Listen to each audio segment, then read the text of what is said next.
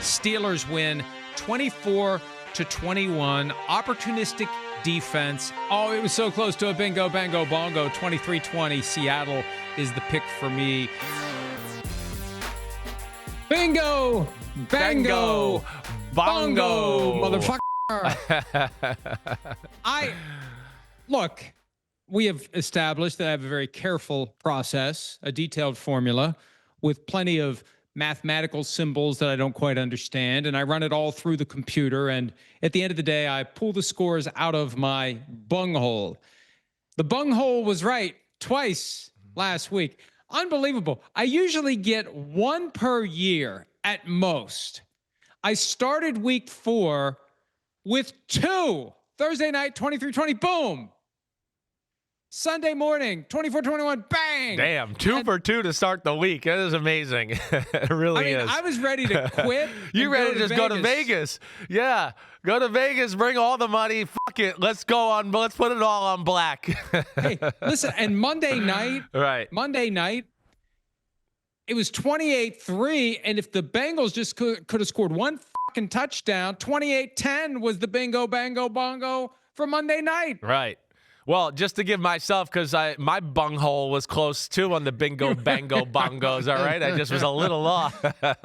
I mean, what did I had the Thursday night game 24-20 instead of 23-20, and then what did I have the Sunday morning game at? I think I was a point off on that as well, right? 1 point off on that one too. Damn, I know. So you got to edge me in everything right now, but I'm going to come back here. Just so we get the phrasing right. Bingo, bango, bongo refers to when you and I pick the same score. I call it blind squirrel when I get it right, but maybe we should combine it into bingo, bango, bongo, bunghole. That'll be when we pick the same score and that's the exact score of the game. That's bingo, bango, bongo, bunghole. Okay, I like that. All right, we'll have a glossary eventually to go along with the Simmsisms. Yeah. I like white cheddar. White cheddar's right on. Way, you like even saying it when we're even close now. You're like, bingo, we almost had a bingo, bango, bonga. I was alerted this week of a new Simmsism. I've yet to confirm that it was said. Right. But someone told me that the phrase... Yeah, get it right. Death by 1,000 cuts was twisted into something very memorable, and I can't remember what the alternative is, but it wasn't death by 1,000 cuts. It was not that. I think I said a cut by 1,000 deaths or something like that. Geez, that's too good. That's too good. Oh, that's good. I don't know. That's very good. I was in the middle of the pod the other day on Wednesday or Tuesday. I said it, and I didn't even realize I had said it. And Connor Rogers and of course Pete in my ear were like, "What? What the hell did you just say?" That's good. Yeah, we'll need to get that clipped and ready for one of these upcoming shows.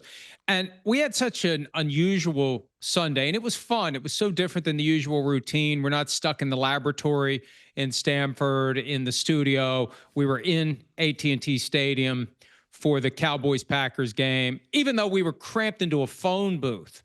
It was like that old bit that they did in the 50s. How many people can you cram into a phone booth? We were crammed into a phone booth, but it was still fun. And what was amazing is the green room was so close to the field. Like usually it's this long walk. Where do we go? You turn here. You need a popcorn trail to get back to the green room. You take a quick turn and bang, we're just there into this gigantic cavern. And while we were there, and it was a different energy, it really was a lot of fun. I wasn't paying attention to how we were doing.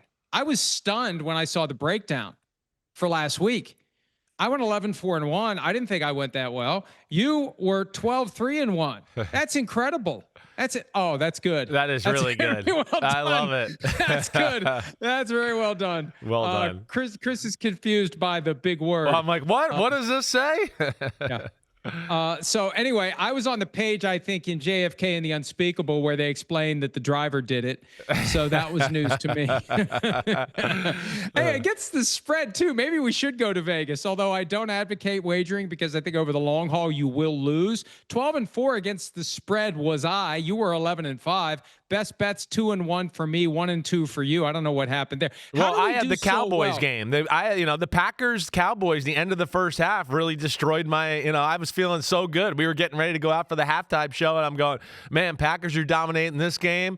I'm feeling good. I'm going to win this one as best bet. And then, of course, the end of the first half happened with all the issues and the 14 points in a matter of a minute and 30 seconds, and everything got flipped on its head, and it was never the same, the game.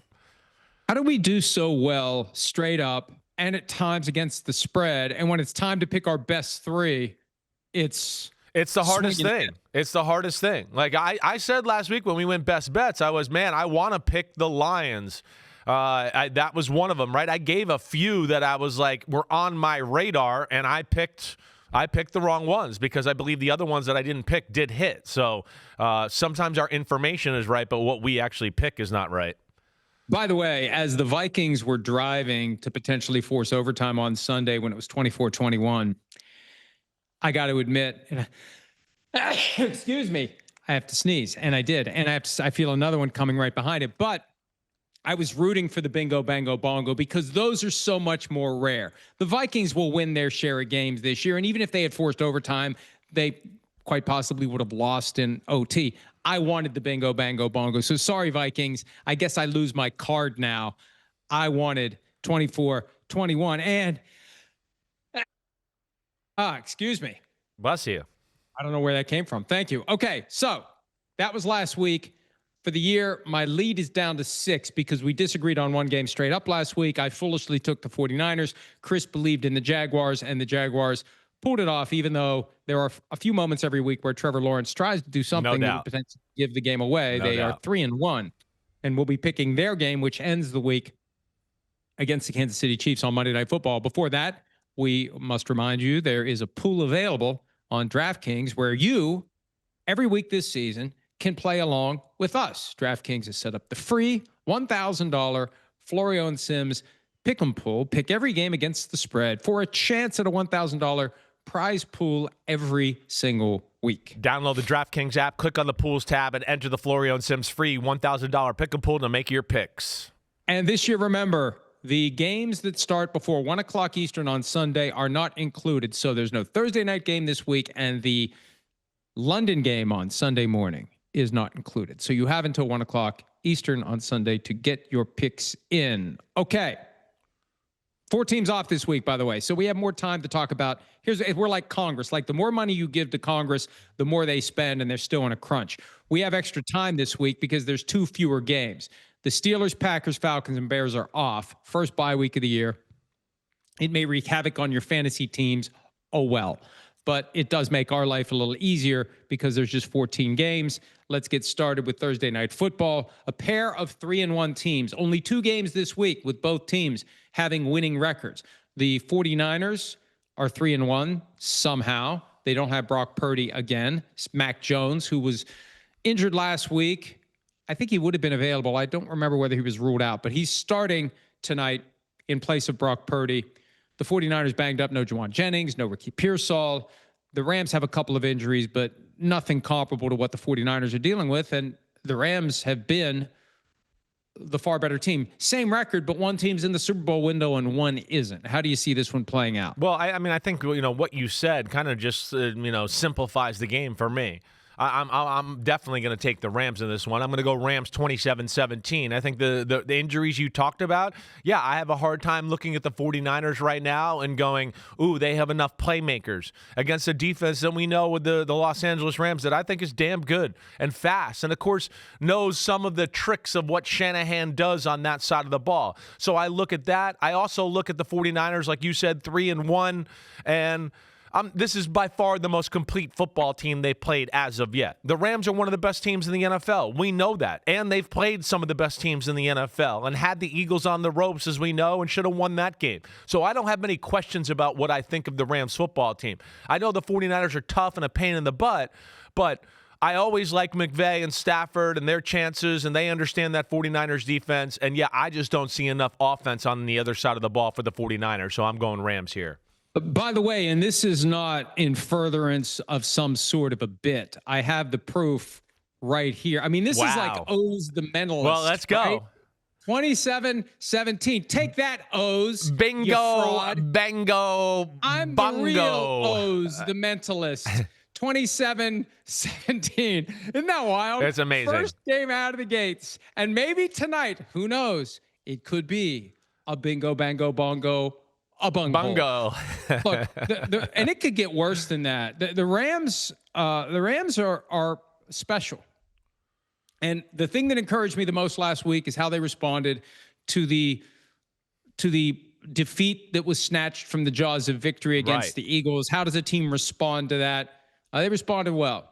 And the one thing too, Chris, I mentioned this on PFT Live this morning.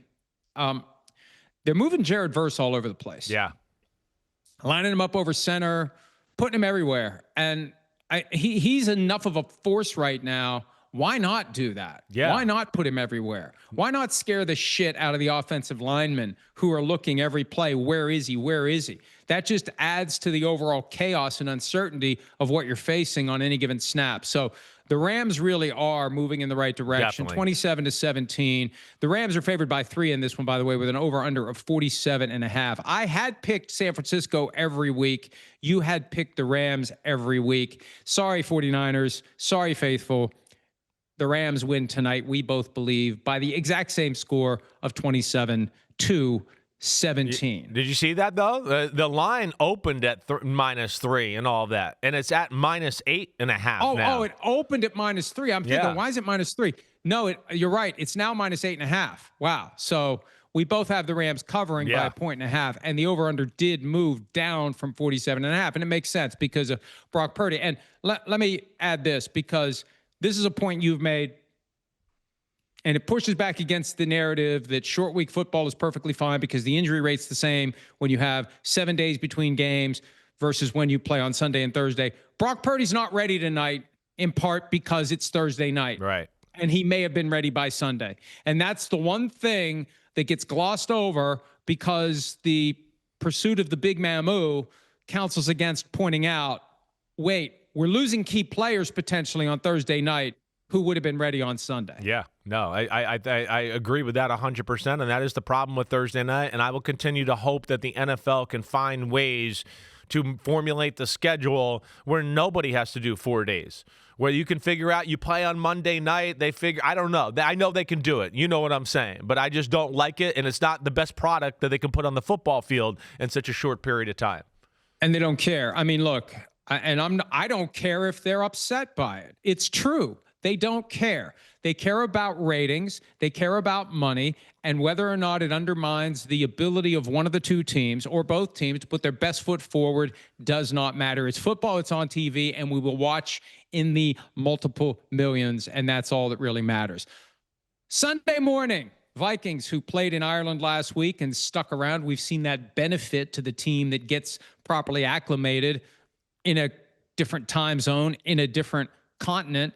The Vikings facing the Browns, Minnesota favored by 4.5. The Browns are throwing Dylan Gabriel to the Wolves led by Brian Flores on this one. This one's going to be difficult for him as the starter. The 36.5 over-under is the lowest of the entire season so far. And 88% of the spread money so far is on Cleveland. Are you on Cleveland?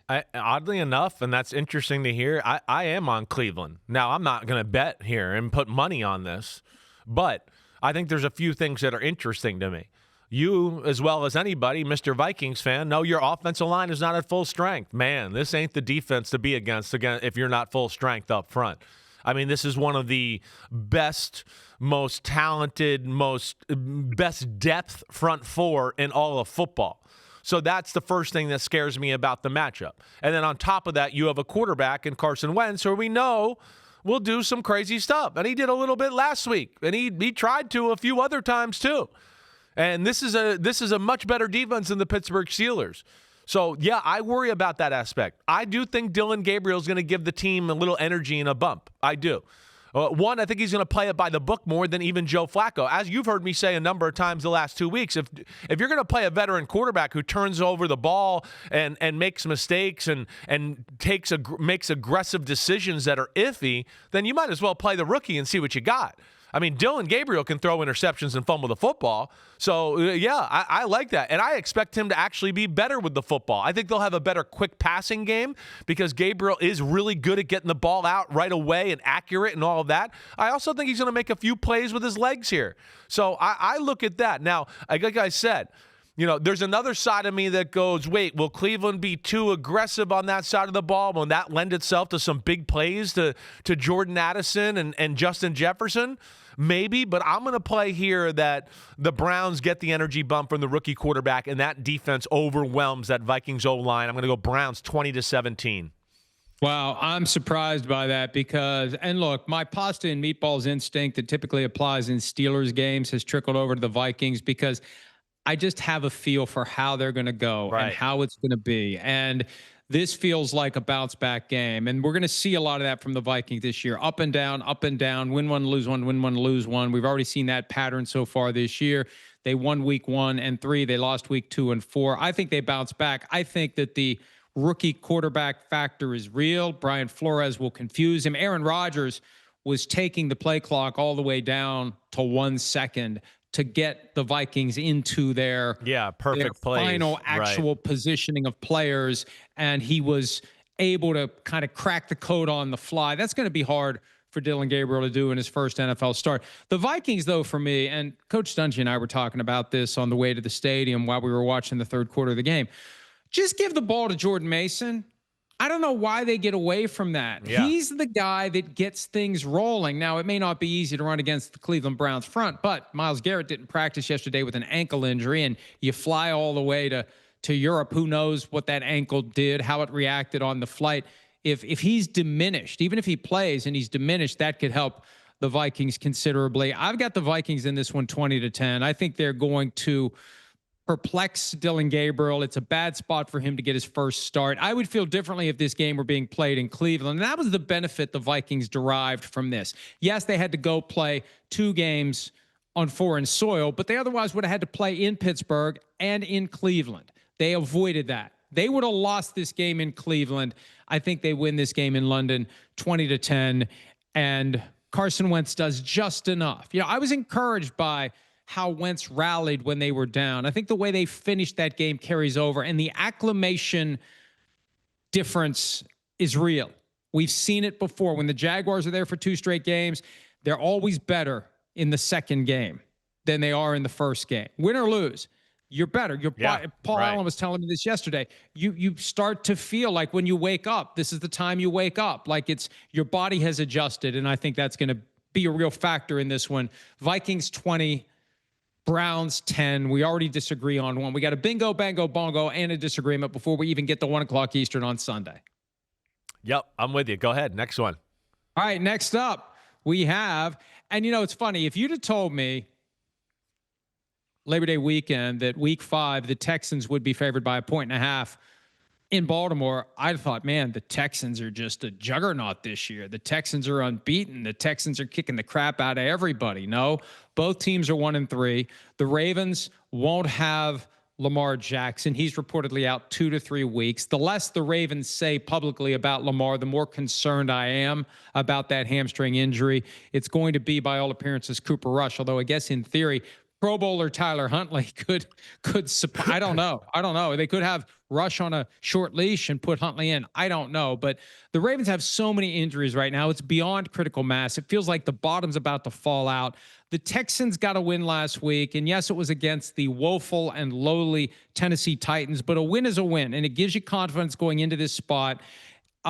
This one is still a tough one for me because neither team has impressed me this year. Who do you have? Well, I'm definitely taking the Texans. I can't jump on Baltimore with what they got and the injuries you talked about. Yeah, I'm certainly picking the game as Lamar Jackson is not available to this one. You said it. There's injuries throughout. Along with that, the play doesn't look good on the field. We saw that last week. They're playing a Texans defense with Cooper Rush when the Texans defense is no question one of the best in football. The Texans defense can almost, as we've seen this year, can almost win the game single-handedly for the Houston Texans without the offense being able to do anything. So, yeah, I think this is a game they're capable of shutting down Baltimore and Cooper Rush and that whole thing there. And with that on top of it, You've seen the Baltimore Raven defense. It can't rush the passer. There's no Marlon Humphrey. He's banged up in the back end. I mean, there's issues everywhere, let alone they're missing some big people up front to stop the run. They're one of the slowest defenses in football. Roquan Smith isn't in there. Of all that there, I'm definitely going Texans. I'm going Texans 27-13, an ugly 27-13. Like when I say that, it's like 20-13 late in the fourth, and they put one to just put it away. But I think the Texans will have enough offense to put up those type of points against this banged up defense. Cooper Rush entered the NFL in 2017. He was with the Cowboys through 2024. He started 14 games in Dallas. What's his record in 14 games? Ooh, do you know? I'm going to say it's pretty good. I'm going to say it's 8-6. 9-5. Okay. Cooper Rush is serviceable. Cooper Rush did so well in 2022. He went 4-1. When he became a free agent, it's like, why is no one at least giving this guy a chance to compete, to be a starter? So the Ravens knew what they were doing when they signed him. I don't like the fact that you got basically two different portions of the playbook for Lamar and for Cooper Rush, and that puts a lot of stress on the offense. To me, this is full-blown panic, hair on fire desperation for the Ravens. I would feel differently if this game were being played in Houston. I think that this week has been solely and exclusively about doing whatever they have to do to win. Fight, scratch, claw, cheat if you have to. I'm kidding. Unless I'm not. I'm kidding. I think the Ravens get this one 19-13. Wow. Pasta and meatballs. And it could be ketchup and egg noodles like some schnook, but I'm riding with it. 19-13 Ravens. Yeah, I worry about the Rush Ravens being like emotionally banged up too. That's what I worry about a little in this situation. So this is John Harbaugh. Every coaching skill, every tool he's got in the bag, get these guys ready to go win this game. And I'm also worried about the Texans because I don't think that beating the Titans the way they did suddenly solves all of their problems. Definitely not. No. The fact that they're playing the Ravens defense is what I look at to solve some of their problems. I mean, like no Marlon Humphrey, Chidobe Awuzie. I don't expect him to be there. It's already one of the slowest defenses in football. Let alone now we're going to the backups after that. So I worry about that aspect. I hope you're wrong badly. I hope you're wrong badly. Okay. Next game on the docket, the Miami Dolphins, short week home game, win over the Jets. They go to Carolina. Carolina, one of the biggest differences from one week to the next that I've seen in recent years, to completely manhandle the Falcons and win 30-0, to go to New England and just get smacked around by the Patriots. They're back home in Carolina. The Dolphins are 1.5-point road favorites with an over-under of 45.5. Neither of us have selected the Panthers to win a game through 4 weeks. Are you picking the Panthers in this one? Today's the week. Today's the day, baby. Yep. Come on, Fighting David Teppers. Let's go. Let's whoop that ass. All right. But yeah, I look at this and go, one, I don't think the Dolphins defense is very good. You can run the ball on the Dolphins defense, and I think the Panthers will be able to do that. There'll be plays in the pass game too. Right? It's a unit on that side of the ball in Miami that I don't find very impressive, player-wise or scheme-wise. Then the other aspect to me is just that the Miami Dolphins, this is going to be an adjustment game. This is the first time without Tyreek Hill. I expect them to see some defenses for the first time where they go, whoa, wait, the teams usually don't play us like this. Yeah, no shit, Sherlock, because you don't have Mr. 4 rockets up his ass to save you with all these type of plays and clear out defenses for everybody else. So that's where I think it's going to be interesting. I'm interested to see what Ejiro Evero, right, the D coordinator of the Panthers, what his game plan is or what his plan of attack is without Tyreek Hill in the lineup. I would think people play them a hair more aggressive. But even within that, I don't think this Dolphins offense is real special. I mean, we didn't see anything special with Tyreek Hill. I'm going to go Panthers at home, bounce back 24-20, and that the Dolphins are a little drunk from the Tyreek Hill injury and all that. Oh, so close to another bingo, bango, bongo. You're going Panthers too, huh? I got Panthers too, 24-17. Wow. Look, the thing about the Dolphins, Devin and I talked about this on Tuesday. They are one of the rare teams where you can tell pretty much midway through the first quarter whether their offense is going to work. It doesn't change. Right. They're either doing the sweet Georgia Brown, Harlem Globetrotter flip behind the back and everything's clicking, or it's deer in the headlights. It's one or the other. It's either working or it's not. And if it's not working, they keep fighting. They don't give up. But it's constantly got that feel of it's just a little bit off. On the nights when it's working, it's just click, click, click, and off they go. I think this is going to be one of those games. They haven't played well away from Miami this year. They've lost by double digits both games, and I know it wasn't against the Panthers, but still, we saw what the Panthers did to Atlanta in that stadium. And the Panthers, I think, are going to bounce back. I'm with you. Panthers win, almost a bingo, bango, bongo, a field goal away. Dolphins fall to 1-4, and the clock ticks more closely to a possible in-season coaching change. We can't forget that just because the Dolphins, who should have won by more than 6 points on Monday night, got their first victory. Okay, Raiders at the Colts. The Colts 3-1. They lost their first game of the season last weekend. The Raiders have looked good at times, but the wins just aren't there. Blocked field goal cost them a 2-2 record. Colts are favored by 6.5 with an over-under of 47.5. Do the Colts get back on the right track on Sunday? I do. I think so. I mean, I'm a big believer in the Colts and especially their offensive attack. I mean, again, there yesterday, you just said it. I mean, last week, you just said it before. The Rams, we both said it. The Rams are one of the best teams in football. That's undeniable. The Colts went toe-to-toe. If Adonai Mitchell doesn't drop the ball going to the end zone, I'm not sure they don't win the football game. I mean, so they're real. I have respect for this Raiders defense. You probably hear me say that every week, but I got more respect for Shane Steichen and all they got working on that side of the ball. I think they'll be able to move the ball and make enough plays on a Raiders defense that's really well coached, but not super talented as far as talent goes. And then the other thing that I just worry about is just, the Colts, you can't let up the big pass plays to Geno Smith. That's all. If you stop that, the Raiders' offense is questionable. And within that, Geno usually gets frustrated and forces the ball down the field a little bit. The Raiders don't have an intermediate and short passing game. They don't. And I know Ashton Genty had a big week last week. I'm still not sold on how great he was. The sea parted just perfectly for him for a few times there. I'm going Colts 31-20 at home. Oh, so close. Look at that. Do you see it? No, you're not putting it. No, there we go. Oh, well, there we do. There we see it. 30-20. 1 point away from another one. I love Geno Smith, West Virginia guy. It's just not working this year. 3 interceptions last week, too many mistakes. And there was so much talk a couple of weeks ago about the whole Tom Brady dual role. When the Raiders are losing the way they've been losing, can you imagine how much time Pete Carroll, Chip Kelly, and other members of the coaching staff have to spend on the phone with Tom Brady, who's pissed off about what's going on and demands change? That's the downside to having Tom Brady involved in your ownership group. He is going to be as curious, if not more curious, than an owner, and he's in a position where he can ask questions that can't easily be answered with jargon.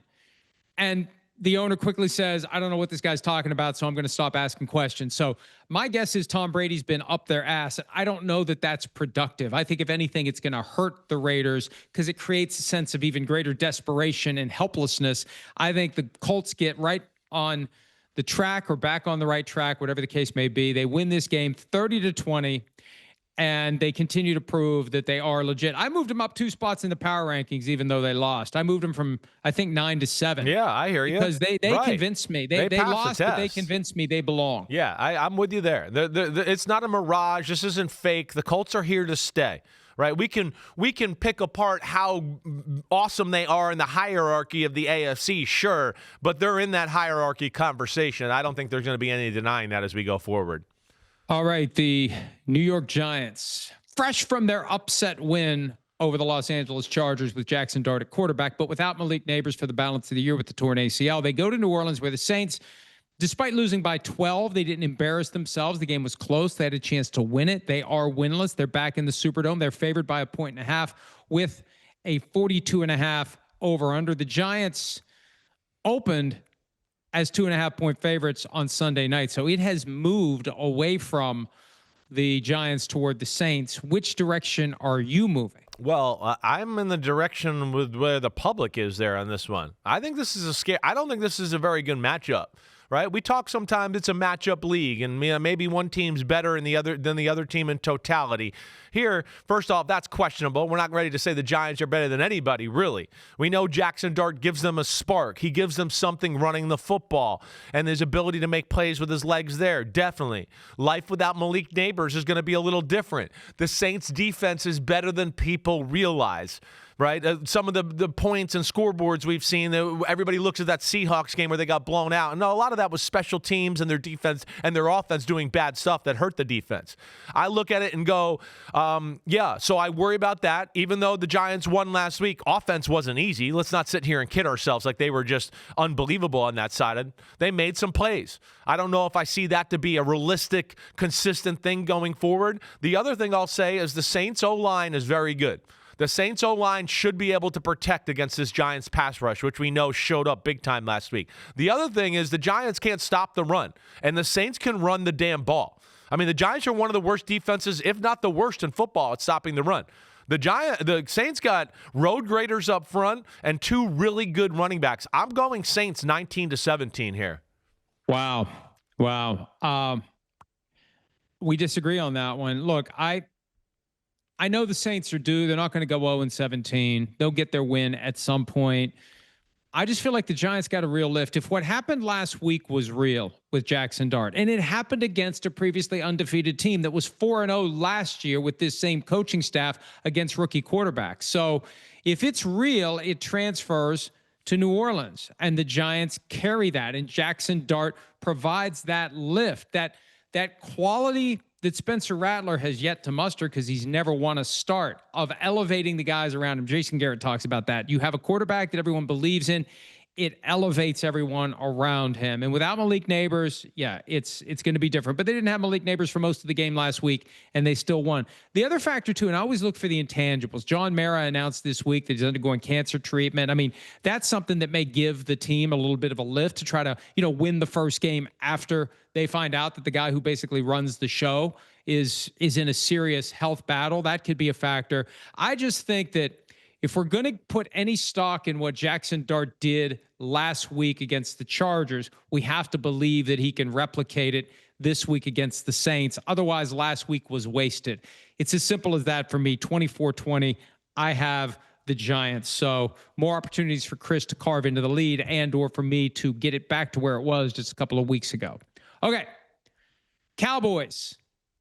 2.5-point road favorites against the New York Jets after that 40-40 tie. Played an extra 10 minutes of football. I don't know how much of a factor that'll be from a fatigue standpoint, especially since the Jets played a full game on Monday night. The Jets are desperate to win. Neither of us have picked the Jets to win. The Cowboys have been not good away from home this year. Yes, they gave the Eagles more than we thought they would, but they looked bad in Chicago the last time we saw them play. Who do you have in this one? Again, 2.5-point favorites for the Cowboys with an over-under of 47.5. Well, I'm threading the needle a little bit on this one. I'm not going to pick I can't pick the Jets win until I see them win a game, really. That's just the bottom line of this. I don't trust the Jets, right? Yeah, I got to see it to believe it first. The defense has been very disappointing. Again, I will call and say, well, Aaron Glenn called the defenses. Steve Wilkes doing it is not doing Aaron Glenn any favors right now. Doesn't look good. Sauce Gardner, as you can see, he can't play man-to-man coverage. He's a holding machine. Always has been. Was in college. He's getting exposed. So I look at that. And then the other thing that just bothers me is just that I'm not sure the Jets have a passing game. I mean, really.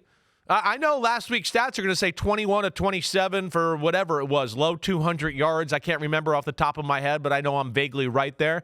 I mean, none of those passing yards were in the competitive part of the football game. They were all late in the game when it's over. Can the Jets really depend on their quarterback and their passing game to throw the ball when the game matters? Even against this shitty-ass Cowboys defense, I don't think they can. I'm just going to go the Cowboys, who are not great, just have more of a grittiness and a belief in themselves, and they'll get it done. 28-27. The Jets lose a heartbreaker to the Cowboys at home.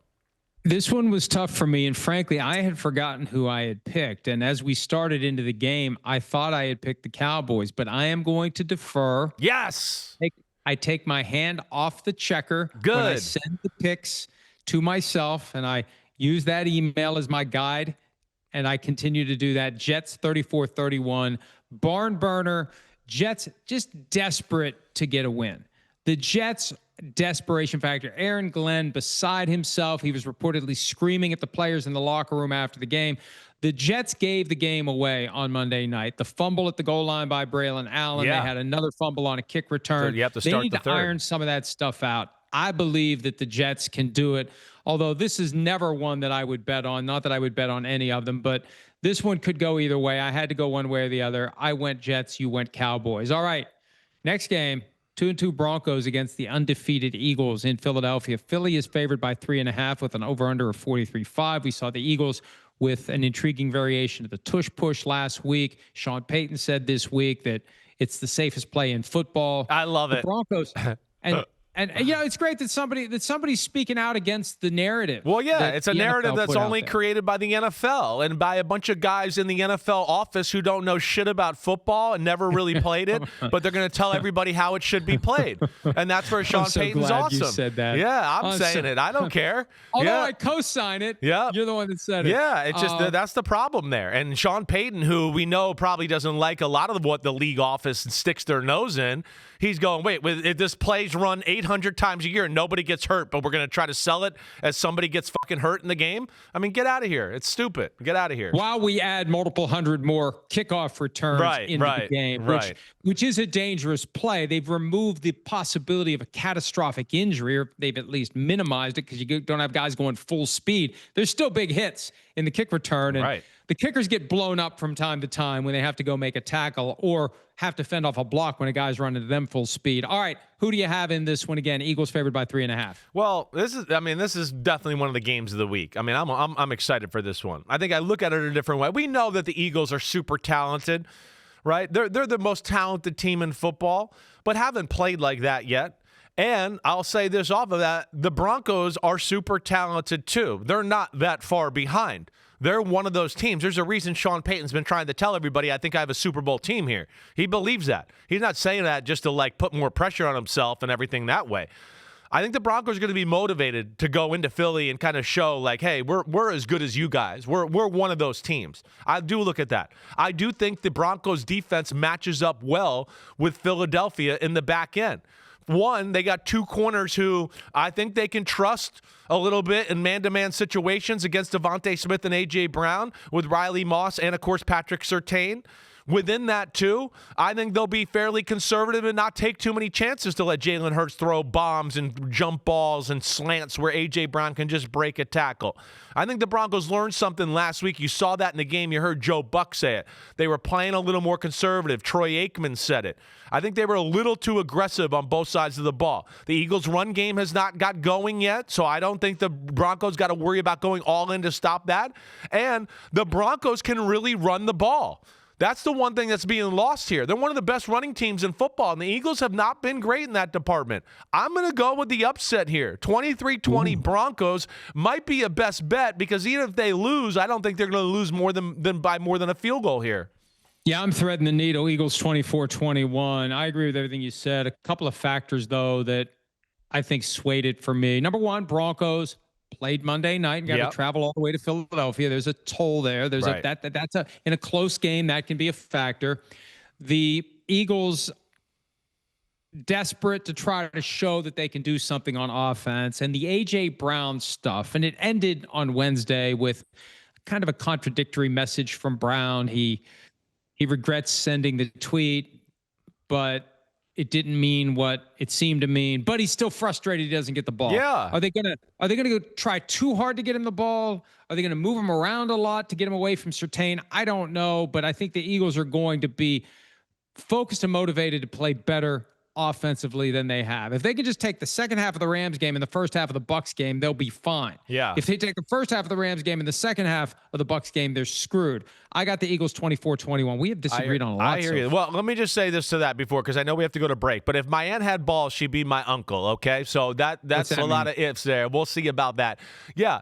The Eagles too. And I want to say this about A.J. Brown. Like, I don't condone the tweet, but A.J. Brown's got every right to be disgruntled. Oh, absolutely. Matt. I mean, he's a fucking saint, actually, him and Devontae Smith. They're saints. They're being beyond nice. And the fact that they're letting and being so good behind the scenes and not making more of a scene for how good they are and their number one receivers on any team who'd be putting up big numbers, they're stuck in a situation where they can't even get the ball. They are being very nice. So, that's what I'll say for them. I'm going to stick up for them in this one. The Eagles are very adept at circling the wagons and changing the subject. There are clearly issues going on that they have tried very hard to keep from bubbling up, and they've succeeded. That doesn't mean the issues aren't there. That's right. All right. When we return, the late afternoon games for the fifth Sunday of the regular season, including Sam Darnold and Baker Mayfield in the Escape the Carolina Panthers Bowl in Seattle. That's next on PFTPM and Chris Simms Unbuttoned.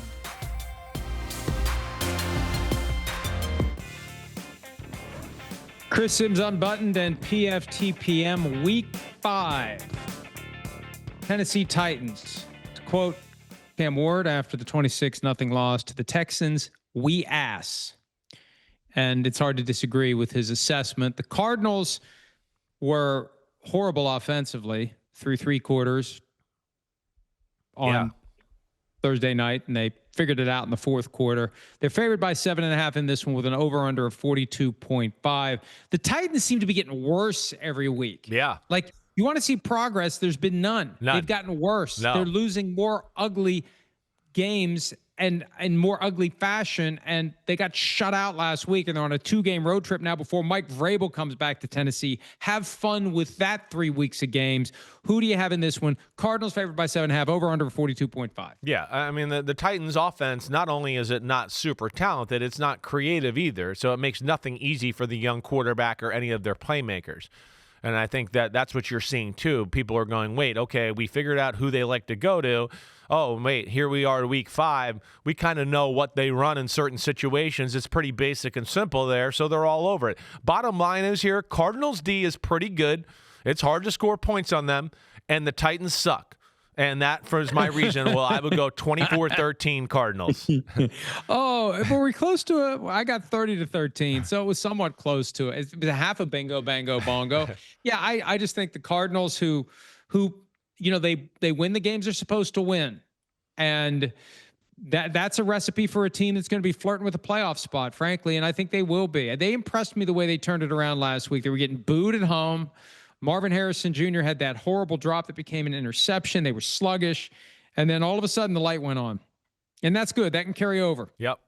And the Titans are bad. I'm surprised they didn't fire Brian Callahan on Monday. I thought it was coming.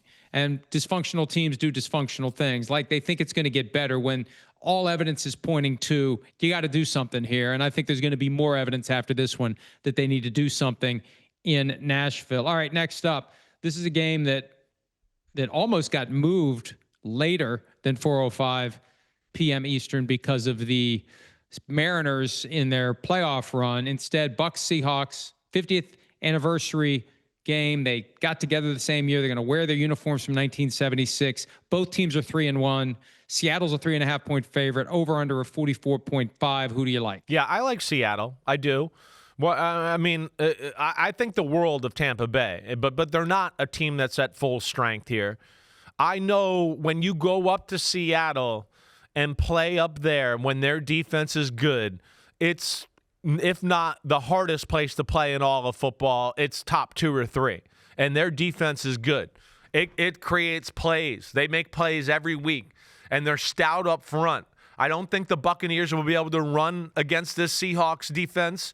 And because of some of the offensive line injuries, I think the Seahawks will be able to pressure Baker Mayfield and company, right? And I, on top of that, think the Seahawks offense has got it going, right? These are two teams that I could see playing each other in the playoffs. But right now, I just think the Seahawks being at home, a little healthier altogether. Their offensive line seems like it's getting it going a little bit with Kenneth Walker. I'm going to go 30-21 Seahawks. So you got the win and the cover. I'm threading the needle on this one. Seahawks 27-24. Baker Mayfield's injuries concern me. He finds a way to keep playing, but at some point, yeah, you just have to you have to sit, or it's going to be an obvious reduction in your overall skills. He's got the biceps injury that kept him from practicing last week. He's got a knee injury on top of it. He had foot and toe injuries before. They're gone from the report, but he's getting banged around. I love the fire. I love the spirit. I love the moxie, as Jason Garrett would say. I think it'll be close. I think the Bucs will have chances. I wouldn't bet on this one because I wouldn't be surprised if the Bucs win. The Seahawks are 9-1 under Mike Macdonald away from home. At home, they aren't nearly as good, which is weird because that home field advantage used to be something that you could bank on. So 27-24 for me in that game. Next up, the Detroit Lions are 10.5-point favorites as they go to face the Bengals, who are fresh from that 28-3 loss on Monday night. They looked horrible. They looked lost on offense. Jamar Chase was frustrated. He approached Coach Zach Taylor on the sideline. Taylor downplayed it. Taylor is sticking with Jake Browning, who is not the guy he was 2 years ago when he started 7 games in place of Joe Burrow. He's 0-2, and they've been outscored 76-13 in the last 2 games. And despite the spread of 10.5, 88% of the spread money is on the Lions. Are you? Yes, I am. And when I saw 10.5, I was just like, wow, like that seems low to me. I mean, this is what the spread was for the Browns last week, and the Browns are better than the Bengals. I'm just shocked by it. The Bengals have been outplayed in every game they've played this year. I mean, every one. They were fortunate that the Browns were, still finding their way on the offensive side of the ball in week 1. They were fortunate in week 2 that the Jaguars fucked the whole game up at the end of the game. I mean, that's really it is. I haven't seen them play really quality football. The Bengals are in a spot here where it's starting to look so bad and it's starting to be so glaring. It's like, what are the rest of you doing here other than Joe Burrow and Jamar Chase and Higgins? What are any of you going to pick up the organization in any way? Are we even capable of functioning without Joe Burrow? It's to the point where you went, Zach Taylor and company have an excuse without Joe Burrow, to now it's gotten so bad you go, oh no, it's showing that you guys are so bad without him that maybe there needs to be a change. That's what they got to worry about. I think the Lions are going to whoop their ass. That's what I expect here. I'm going 41-17 Lions. No, wait, sorry. 41-17, sorry. Yep.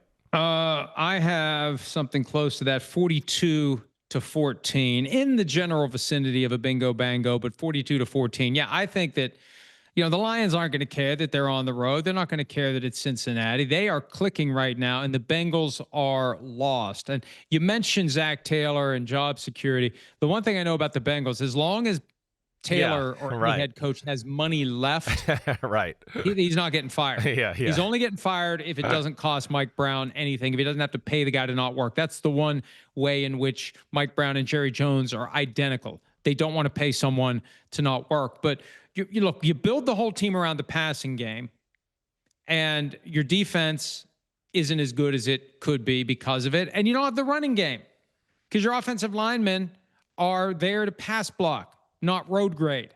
So you take the quarterback out, and their plan going into Monday night's game was just throw it up to Jamar Chase and T. Higgins. Well, that didn't work.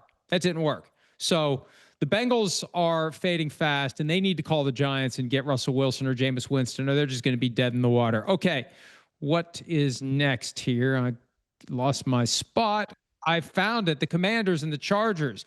The Chargers lost to the Giants last week. They're still favored by 2.5 with an over-under of 47.5. Jaden Daniels is back for the Commanders. Are the Commanders, who did not look good against the Falcons last week, are they back in the win column this week? Well, this is a good game here. And now there's a few things with the Commanders. We're going to get Jaden Daniels back, so that's good, certainly. Right? But the thing that worries me more than anything is the Commanders' D has not been very good. The Commanders' D is not good. It's not. And you're seeing they play too much man-to-man. People pick on Marshawn Lattimore every week. They don't stop the run right now. And we know the Chargers, I think the run game's about to get going here from that standpoint.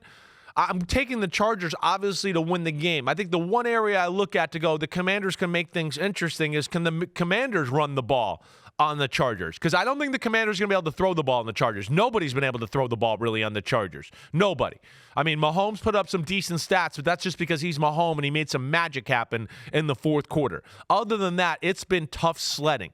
So because of all that, yeah, I'm going to take the Chargers bounce back from that lackluster performance last week. I think they win at home 31-21. I got 28-20 Chargers, and the run game is going to be so critical in this one. Omarion Hampton has looked better and better. And I just look at it this way. When your tackles are injured, and Joe Alt will undoubtedly miss the game, he'll possibly go on injured reserve with that high ankle sprain. They already were without Rashawn Slater.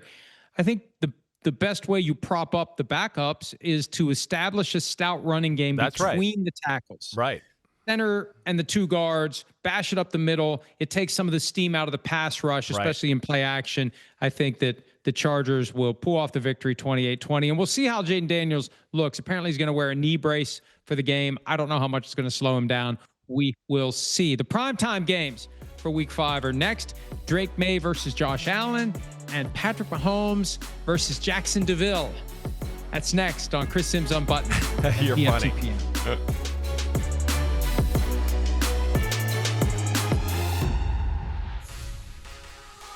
DraftKings Sportsbook is an official sports betting partner of the NFL, and new customers can bet $5 and get $200 in bonus bets if your bet wins.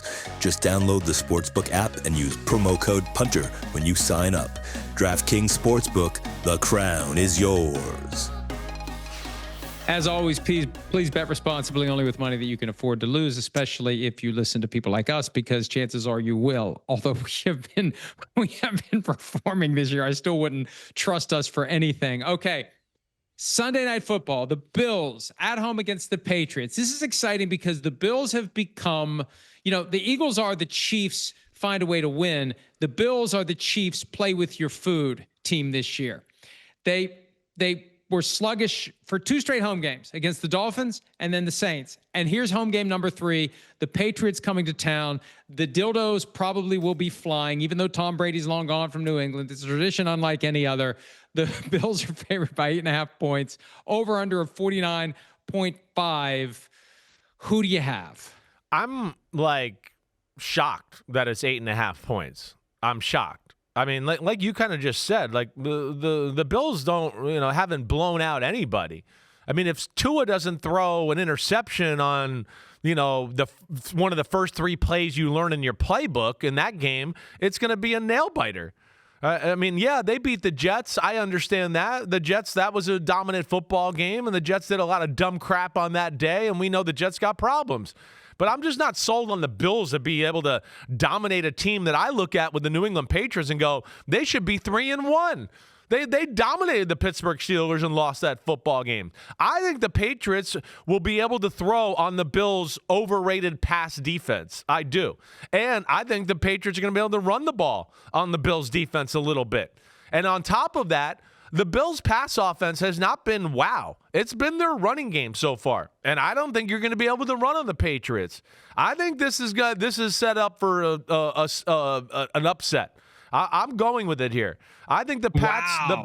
I think the Pats have figured it out. I think their D has figured it out, and I think they can stop the traditional run game of the Buffalo Bills. I'm going to go Patriots 27-24 victory here. Wow, man, that's gutsy. Well, we won't have a clean sweep then for football night in America, because I still believe in the Bills. I just don't think that they'll cover the spread. 30-23, the Bills get a late touchdown to pull it out.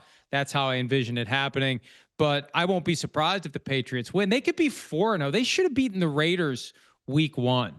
So they are 2-2. It's funny. You look at the Bengals, they're 2-2, and they're going to sink. Right. The Patriots are 2-2, and they've got the potential, even though I think they'll lose this week, to stack some wins and get to the postseason. Yeah, I think they're going to be a little bit desperate because of the 2-2. That's kind of why I'm picking it too. Just, I'm glad you brought that up. That was certainly part of my reasoning. Monday night, the 2-2 Chiefs are 3.5-point favorites in Jacksonville against the surprisingly 3-1 Jaguars with an over-under of 46.5. You have picked the Jaguars to win every week this season. Do you trust them on Monday night? I like Jackson DeVille. Jackson DeVille is going to put some kitty litter on Florio. Was that a cat, or were you mustering a big spit? No, that's like if you go to a Jaguars game, which I went there every other year for preseason football when in Tampa Bay, or you go to like a Penn State football game, that's all that happens the whole game. Anytime, 4-yard gain by the Nittany Lions of the Jaguars, and they go, it's all you hear the whole freaking game. All right, but within that, the Jags are probably the more talented team than the Kansas City Chiefs. I think they're right up there with them. So they're not outclassed here. You know my thoughts about the Jaguars. But the problem is here is the Jaguars' inconsistencies. I do think the Chiefs got a little momentum, and I think the Chiefs figured out how they want to play on the offensive side of the ball. I think you're going to still see them use that quick passing game like they did last week against the Baltimore Ravens. They're going to go, here you go, Mahomes, dice them up, do your thing. Within that, too, the Jaguars' defense is very good. But it's opportunistic. You can move the ball on them, but they're all about kind of creating turnovers. So you look at all their games, that's what it's been about. I don't think you're going to do that against Mahomes and all of them, right? So even though they're a talented and aggressive, I think Mahomes and company will know, hey, they're winning games like this. We're going to be careful with the ball. I don't see that happening, right? So, and on the other side of the ball, I don't always trust Trevor like you talked about earlier. He does some stuff that makes you scratch your head every game. I'm going to go Chiefs 24-21 in this one. 28-20 for me. So you've got the Jaguars covering. I've got the Chiefs covering. Yeah, I need to see more from the Jaguars before I believe that they are what their record would suggest they are. 3-1. Congratulations. That's money in the bank. It's the Jaguars and the Colts by all appearances in the AFC South, but let's see what they do at home under the bright lights against the Kansas City Chiefs. When I first saw this game on the schedule for Week 5 Monday night, I thought, this is an interesting game because the Chiefs are building now. And if what happened last week against the Ravens was remotely real, this is a game the Chiefs go in and win. And if they fall to 2-3, they continue going to be dogged with these questions of, are they really the Chiefs that we've seen in recent years? I think they'll show up in a big spot and get it done 28-20. All right. When we return, best bets or worst bets, as the case may be, and the Folsom Prison Blues picks for Week 5. Chris Simms Unbuttoned, PFTPM. Back right after this.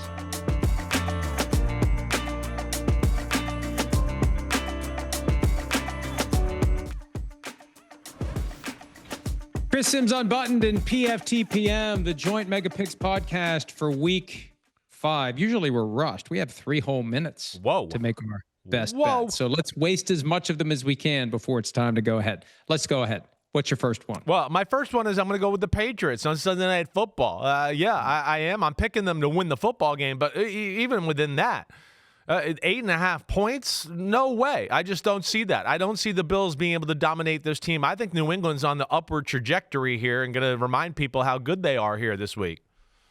Give me the Lions. 10.5 isn't nearly enough against the Bengals, who are just not good right now. At one point, Zach Taylor defended them saying, well, we are 2-2. Yeah, it's the most misleading 2-2 possible because the last 2 games have been disastrous. The disaster continues.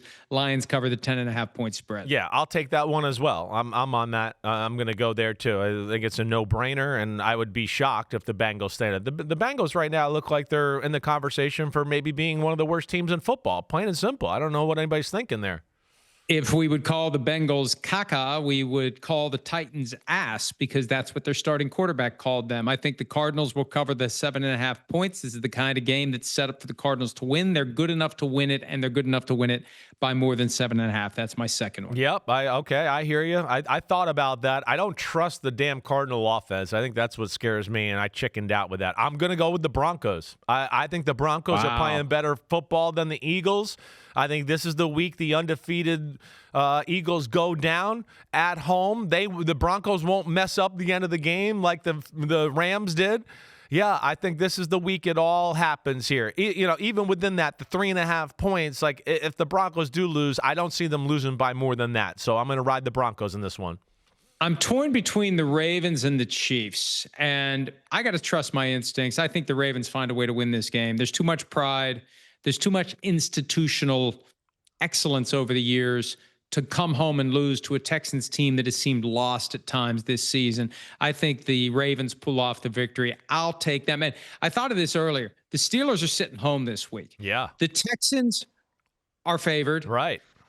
The Lions are favored. and the Vikings are favored. If the Ravens, Bengals, and Browns all lose, the Steelers would have gone 1-0 the last 2 weeks, while the other 3 teams have gone 0-6. It's amazing. That's a good 2 weeks for the Pittsburgh Steelers. All right, who's your Folsom Prison Blues pick this week? Well, I mean, come on. That's pretty obvious. Isn't the Lions over the Bengals? Who wouldn't pick that game right there is the question. Yeah, I think that one's easy. Now watch, the Bengals will end up winning the game. No I'd be chance. stunned. No chance. But crazier things have happened. Crazier things will happen, including maybe a bingo, bango, bongo, or possibly a bingo, bango, bongo, bunghole. Enjoy the game. See ya.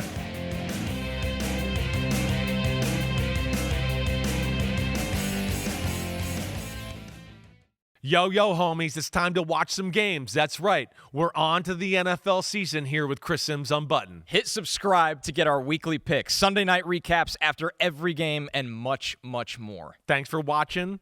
Peace out, homies. Remember, subscribe. Peace out.